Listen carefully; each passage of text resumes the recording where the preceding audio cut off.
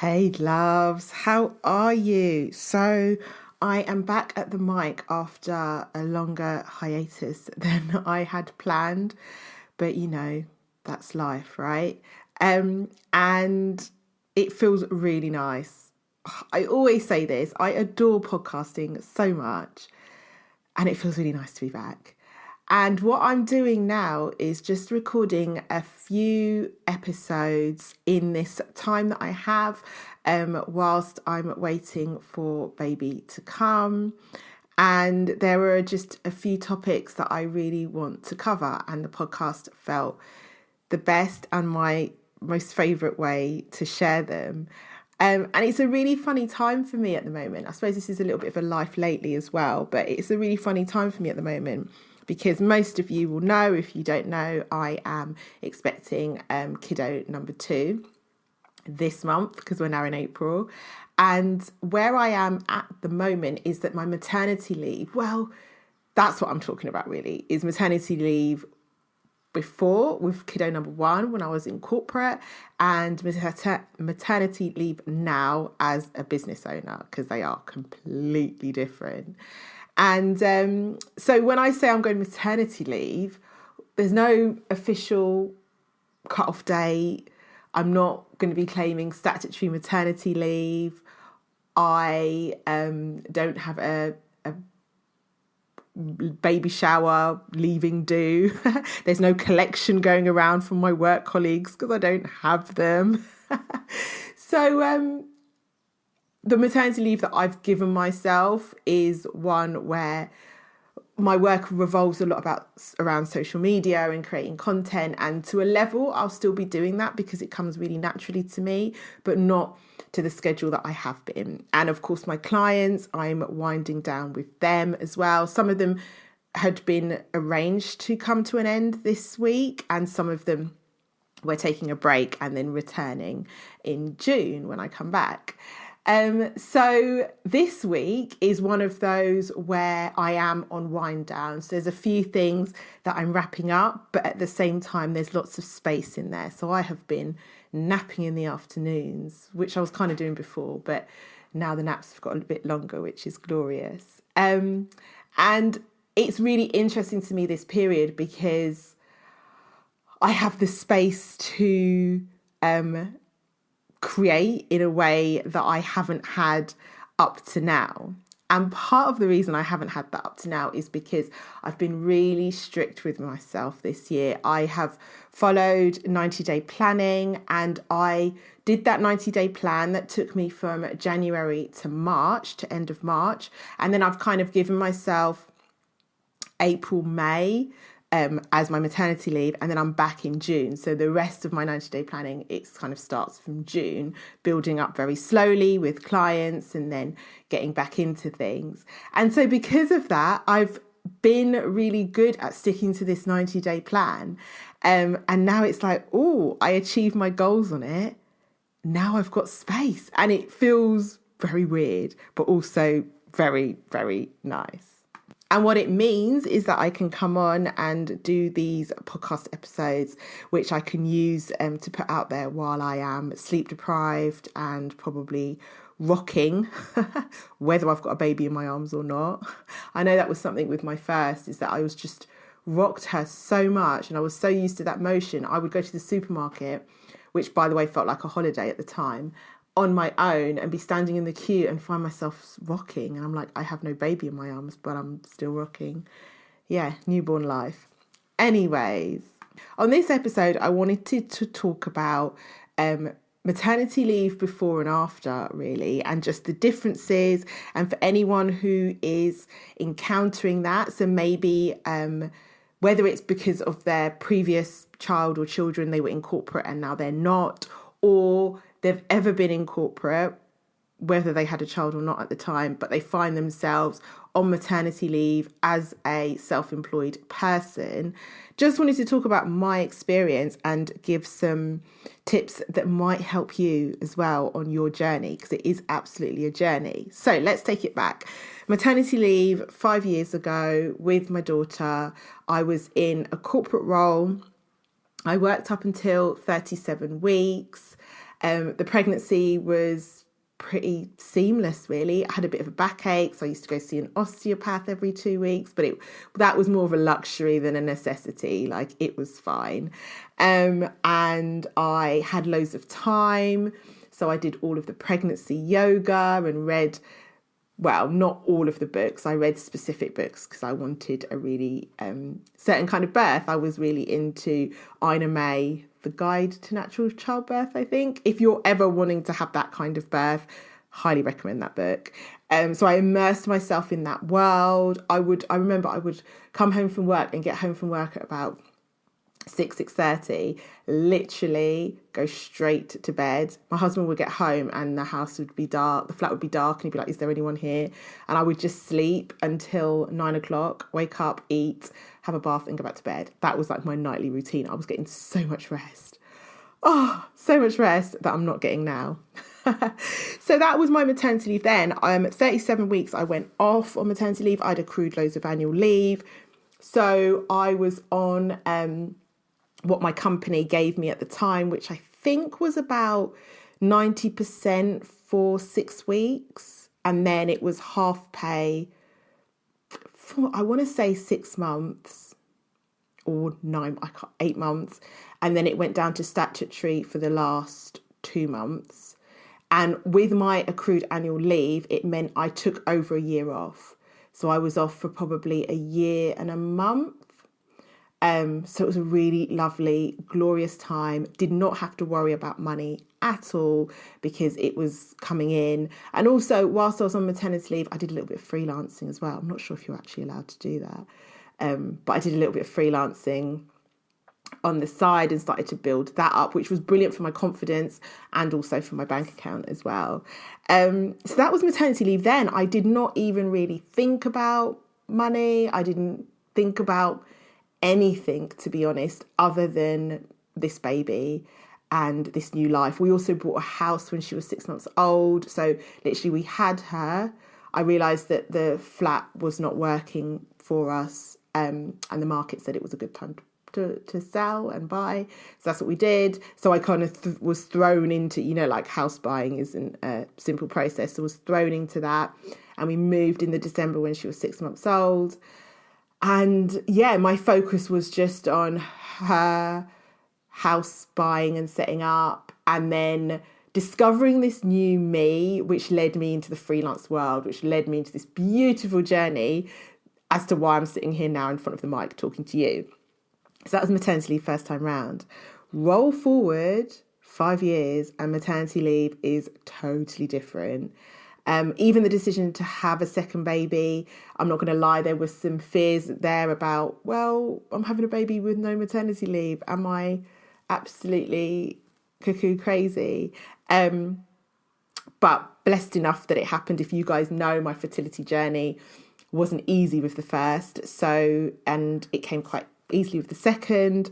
So, yeah, that's where we are. And but there was that initial kind of like, okay, how am I going to work? How is money going to work when it's not just kind of 90% pay and then half pay being deposited into my account every month? But it's just for me, it really highlights how life can change and how circumstances can change, even though you're presented with the same kind of circumstances almost, but you change. And I think that was a major, major part of it, is that I had changed. And so on finding out I was pregnant, I mean, initially, this pregnancy has been so different. I have felt so ill from the very beginning. And the sickness lasted forever, it felt like. And then it quickly turned into PGP, which is pelvic girdle pain. So then it was hurting to walk. And it was just, yeah, really tough pregnancy. And I think it's also, I don't want to say tough because some women have it a lot harder, but also I think it's compounded by the fact that when you've already got one, those glorious days I was telling you about where I would just come home at 6:30 and go to bed. Nah. When you've got another kiddo, that does not happen. So I was just generally getting a lot less rest. But it has been a really nice journey. And in fact, I'm really happy to say that I'm waddling into my maternity leave in the position that I wanted to be in. And I just want to share with you how I got there and what's worked for me. So one of the main things is planning.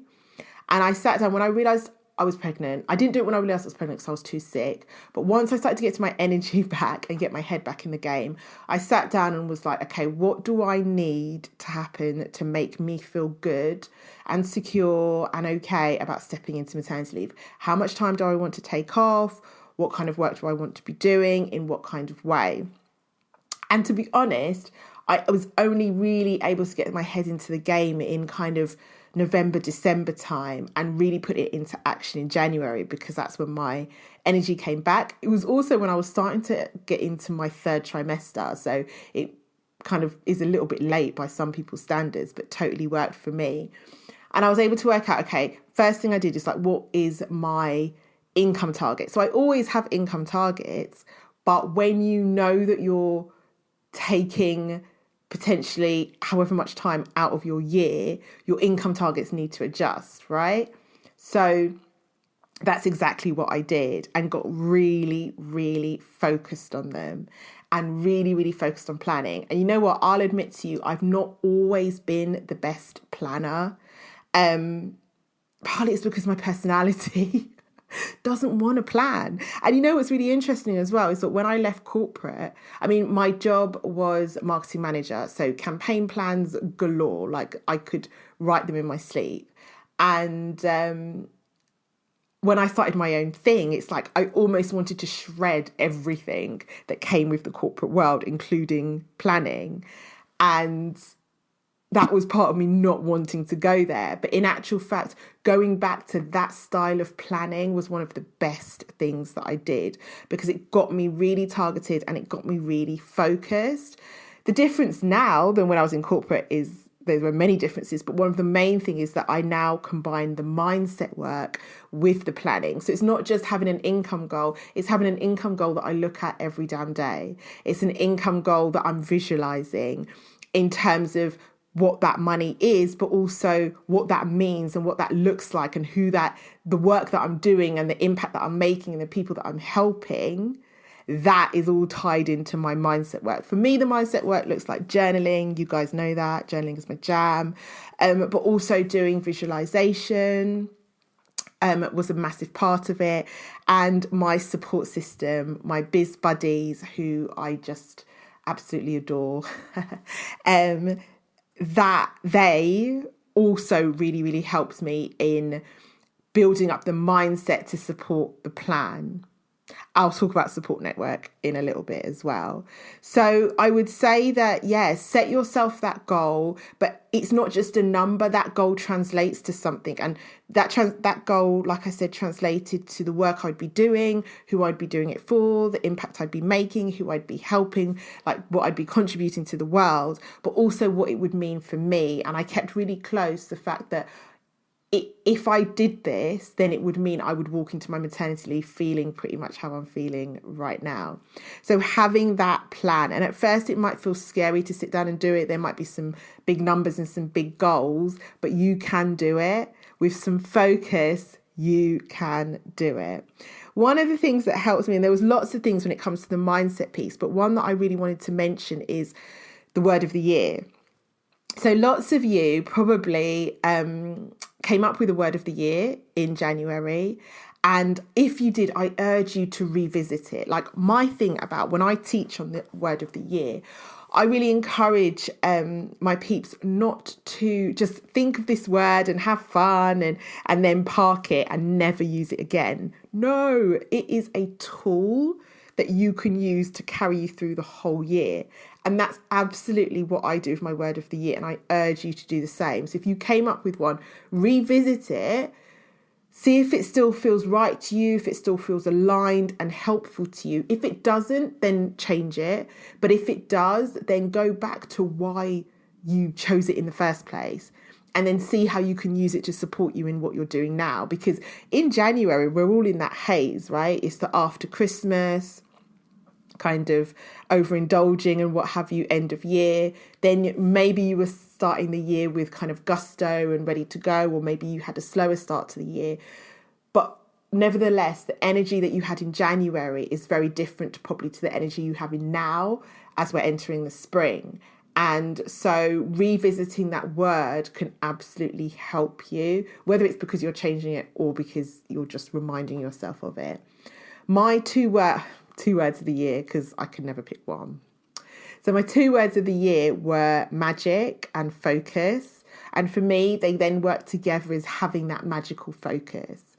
The magic was in reminding me and encouraging me to be open to the magic, to look for the magic. It added a kind of lightness to things and reminded me that I'm a co-creator. And focus was like, this is how you get shit done, Nicola. This is how you stick to the plan. Like, what are your goals? The activities you're doing, how are they contributing to your goals? So that was the focus. And when I put them together, it made this really beautiful combination. So when you're like, don't think that when you're doing your planning, and this is whether you're planning for maternity leave or you're just doing your general plans for the year or whatever, don't think that it has to be all this hardcore, I've got my goal. It's like, well, what mindset stuff are you going to put in place to support you with that? And something that could, for some, have seemed so trite, or it was all over Insta about the word of the year, is a tool that you can use. So go back to it, because those 2 words, magic and focus, have absolutely helped me get to where I have got to at the moment. So yeah, it's that planning that has been really helpful. And I just want to roll back to the support network. So like I said, in corporate, when you have, I had, when I was in corporate, the team was so lovely and they organised me like a work baby shower, and they rented one of the meeting rooms and they got food catered, and I had a cake, and they bought me loads of gifts. Like even they bought me a bouncer, which I've actually just got down out of the loft for baby number 2. A really beautiful bouncer and so much stuff, money and gift vouchers. It was just lovely. But when you're when you're self-employed, you don't have that. That's cool. The gifts, do you know what I mean? I can buy my own stuff. That's all right. But that support system, whether you're going into maternity leave or not, your support system is so important. I can't even tell you. And I have a number of women around me that have absolutely helped me to get to where I am now and feeling how I am feeling about my maternity leave. So I just want to give some of them a shout out. Nova from Nova Read Official on Instagram, and New Bride. But we voice note daily. She has been so supportive. Tamu from Live 360, she is my work wife. You guys will know that we did our event Wellbeing is Wealth together, and there's going to be a podcast episode coming from the 2 of us again. But her as well. Sean from Asian Female Entrepreneurs Collective is another one. She's like my biz bestie. Nicole, who is my in real life BFF day one. I call them like my maternity team, who have really helped me to keep me on track with my mindset stuff, and to help through the wobbles. And what I want to get to is the wobbles is often you can have a fear and not realise that it is there. And that's what was happening to me, because things are going well. Like the clients are coming in, I'm hitting my goals, the money's adding up in the bank, like feeling good. And then it wasn't until I stepped back and I realised that actually there's some underlying unacknowledged fears going on here that are stopping me from taking things to the next level. And so I just want you to be conscious of, if there's ever a little bit of resistance on something, then get curious about it and go deeper into it, because there's probably some unacknowledged fear there, because fear is a crafty beast. He really is. But for me, my fear was around the unknown. Oh, how could I forget? There's one more person that I need to tag for my support network, and that is Liz from the Calm Birth School. Liz is a friend of mine, but also she has been my hypnobirthing teacher. So we've been doing sessions on Skype, and I also purchased the Calm Birth School online course, which has been amazing. So yes, how could I forget Liz? But the fear, my fear of the unknown was about the fear of mothering two babies, the fear of having the time, the fear of being able to be a business owner and a mother of two. And it was something that I'd kind of kept under the surface, which kind of came out in my sessions with Liz, my hypnobirthing sessions with Liz. But then obviously seeped out into kind of business stuff as well in terms of next steps and things like that. So I'd say to you, get your support network tight. And if you're new to this, you won't have your support network yet. But the more that you put yourself out there and the more that you share, you will get that. So whether it's because you're going to in real life events or you join communities, but set that intention that you want to meet like-minded people that get it, and open yourself up to that, and they will come. I guarantee you. That's an intention that I set for myself a few years ago, actually, when I was first, and when I was on maternity leave and went back to work, and I was just like, I don't know any women at that time who were doing what I was doing, who felt the way that I felt, who had that desire to do something different. This kind of underlying purpose that wasn't being expressed or being used. And I was like, I just want to meet like-minded peeps. And I made a real effort to do that and put that intention out there, and roll forward like 4 or 5 years. And I've got this stellar network. And I'm not saying it has to take that long for you, because it probably won't, but you have to be open to it. And if it's not coming to you, ask yourself, are you putting yourself in the position for it to happen? Like, are you open for that connection, or are you closed for it? So that is one of the other things that has really, really worked for me, is the support network, but also then looking into like the fears of it. So I'd encourage you to look for the resistance and get curious about it, but then also turn to your journal and just write it out and be like, what am I scared of? And just see what comes up. Because by unblocking that, once I realised that I was scared of the unknown, it released me to be able to be like, acknowledge it, and then you know what you're working with. Also, in terms of planning for your maternity leave when you are self-employed, is to be gentle with yourself and be realistic in terms of, what do you want life to look like on the other side? Like, you know this, you don't know what kind of baby you're going to have. You don't know what they're going to be like, whether they're going to be a good sleeper or not. I am praying for a good sleeper. The first time around, I did not have a good sleeper. So I think the universe owes me a good sleeper. I'll keep you posted on that. Keep posted on my Instagram stories and you'll know. Just by the look of my face. But have an idea of what you want it to be like, how much time you want to take off, and plan for that.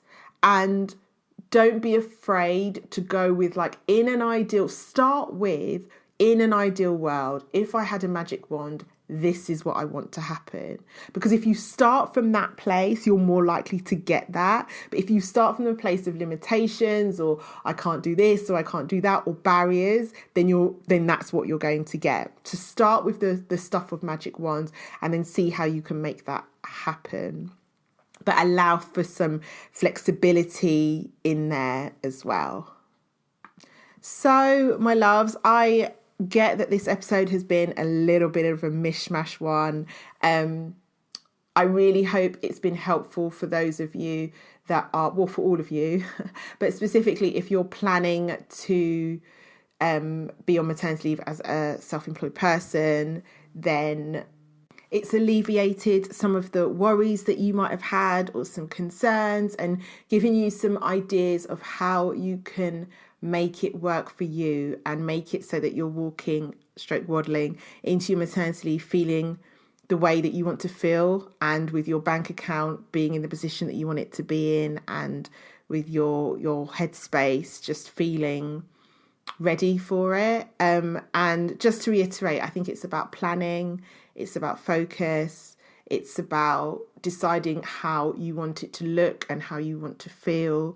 It's getting really clear on your income target and having that front of mind and breaking down how that's going to happen, and having those goals related not only to the goal at hand to get X amount of clients or sell X amount of whatever it is, but also how that links into it's almost that ripple effect and what that means at the end. And that means that you're walking into your maternity leave feeling a certain way. Creating and reaching out to your support network. It's an opportunity to create a support network, right? If you don't have one, but definitely leaning on your support network and realizing that you don't have to do it all on your own. And then also delving into any fears that you have and any unacknowledged fears, and just weeding them out, bringing them from the unconscious to the conscious so that you can start to look them in the face and deal with them. So that is me. I am going to try and squeeze in a few more episodes before baby drops. But thank you, as always, for listening. As you probably know, Instagram is my playground. So head over there and say hello. I'm on @ALifeMoreInspired. I love me an Insta story. But yeah, generally I love to chat over there as well. So if you've got any thoughts on this topic, anything that you would like to add to it, then definitely come over to Instagram and share that with me. All right, my loves, until next time, I will see you really soon.